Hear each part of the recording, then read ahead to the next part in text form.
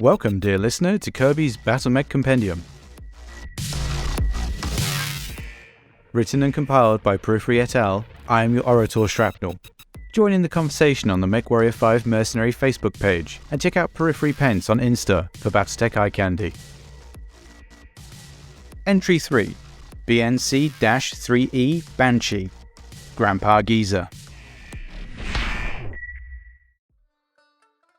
The first time you run into a BNC-3E Banshee as a Succession Wars mercenary is an experience that we can all relate to. You're out and about, probably in a hunchback or enforcer, trying to earn some sea bills by working some menial contract against the Lyran Commonwealth. Rainer told you this would be a milk run, with very low risk.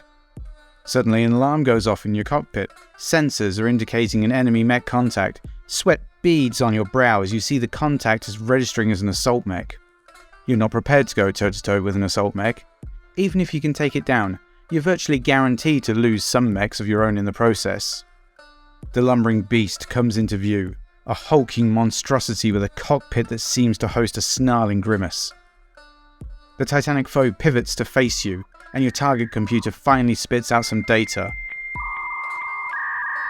BNC-3E Banshee. 95 tons of armour and hate, equipped with an AC-5 and a PPC?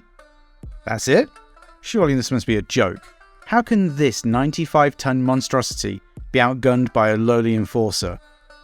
Sure enough, however, you and your Lancer mediums and lights have no trouble picking the poor Banshee apart as it struggles to defend itself against even the lightest of enemy assaults, leaving you scratching your head and laughing as the Banshee tumbles into a heap of smouldering scrap. So what gives?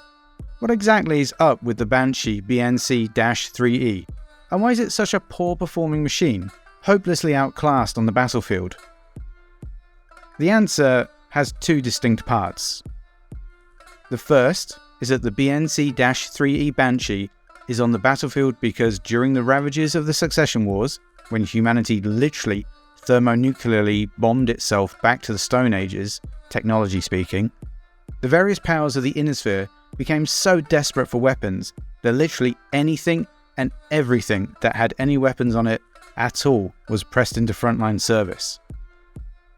In an age when top-tier militaries were so desperate for war machines that they would duct tape on cannons and missiles to anything that moved, you could absolutely be sure that any purpose-built battlemech would see frontline service. No matter how effective or ineffective it was, terms like effective had largely become subjective at best. The second part of the answer is that the Banshee is very old. Very, very, very old. The BNC-3E Banshee is much older than the Awesome, even older than the Atlas, and far older than the venerable Stalker. The BNC-3E Banshee is so incredibly old that it's older than the Star League and predates the Innisphere itself. Turning the pages of history back to the dawn of space exploration, the Terran Alliance was the first central government to control all of Terra, and by the end of 2199, the Terran Alliance controlled colonies on more than 600 systems. However, corruption ran rampant in the Terran Alliances, and they exerted their power in a truly tyrannical fashion.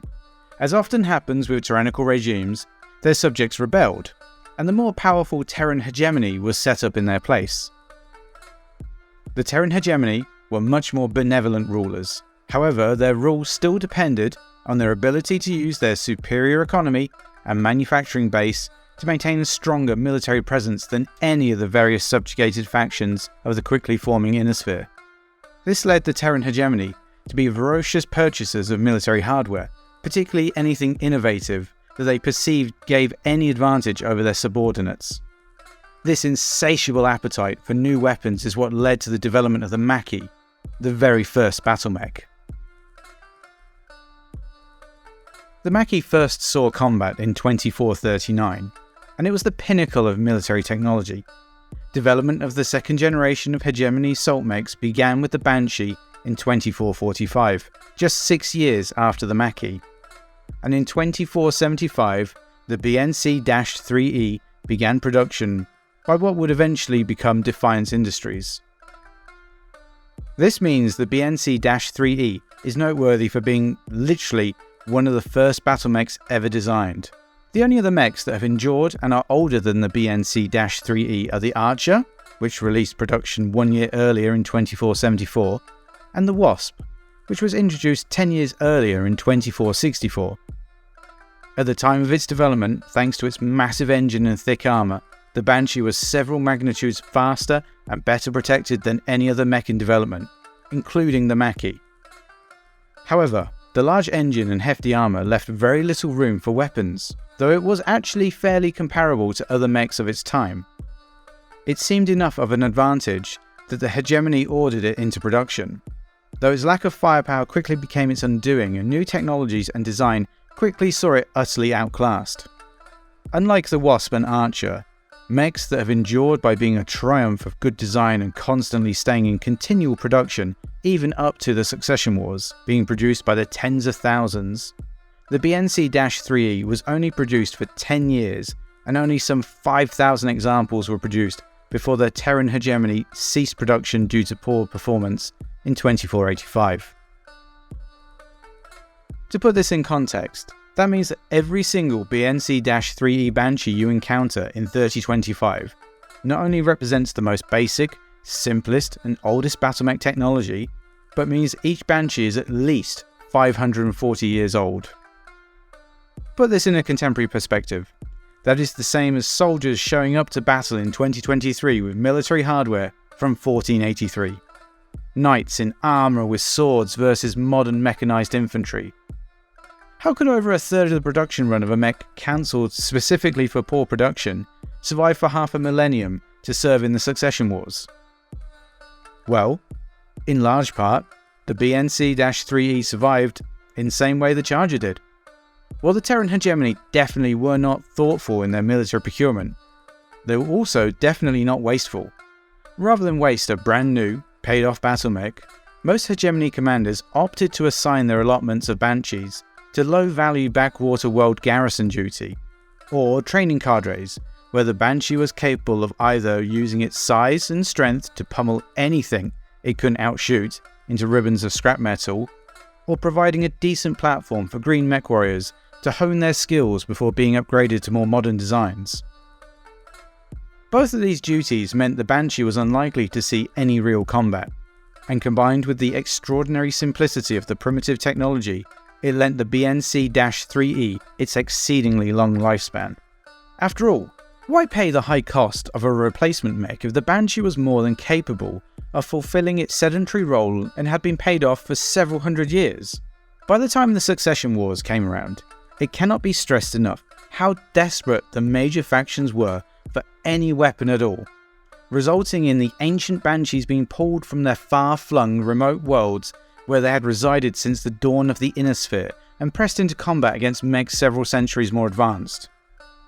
I am struggling to find the words to emphasize the sheer desperation it takes to be so utterly desperate to defend your home, your wife, and your kids that in a last-ditch effort you place your hopes in a battlemech so incredibly old that it was already several hundred years old by the time your planet was settled. A mech whose primary defense strategy for the past 500 some odd years is to be intentionally sent to guard over planets so worthless nobody would ever expend the energy to invade it. So when you encounter one in the field, don't judge it too harshly. Have pity on the poor bastard assigned to pilot it. That mech warrior is all too aware of their plight and still has the courage to step into that cockpit. Remember that the Banshee is a venerable part of history older than the Inner Sphere itself. A lasting tribute to rugged and simple design, and it is itself a victim of the horrific devastation of the Succession Wars. Maybe try to salvage one, and keep it in your hangar, so that when times are better, you can donate it to the local war museum where it truly belongs. Well folks, that's all we've got time for now.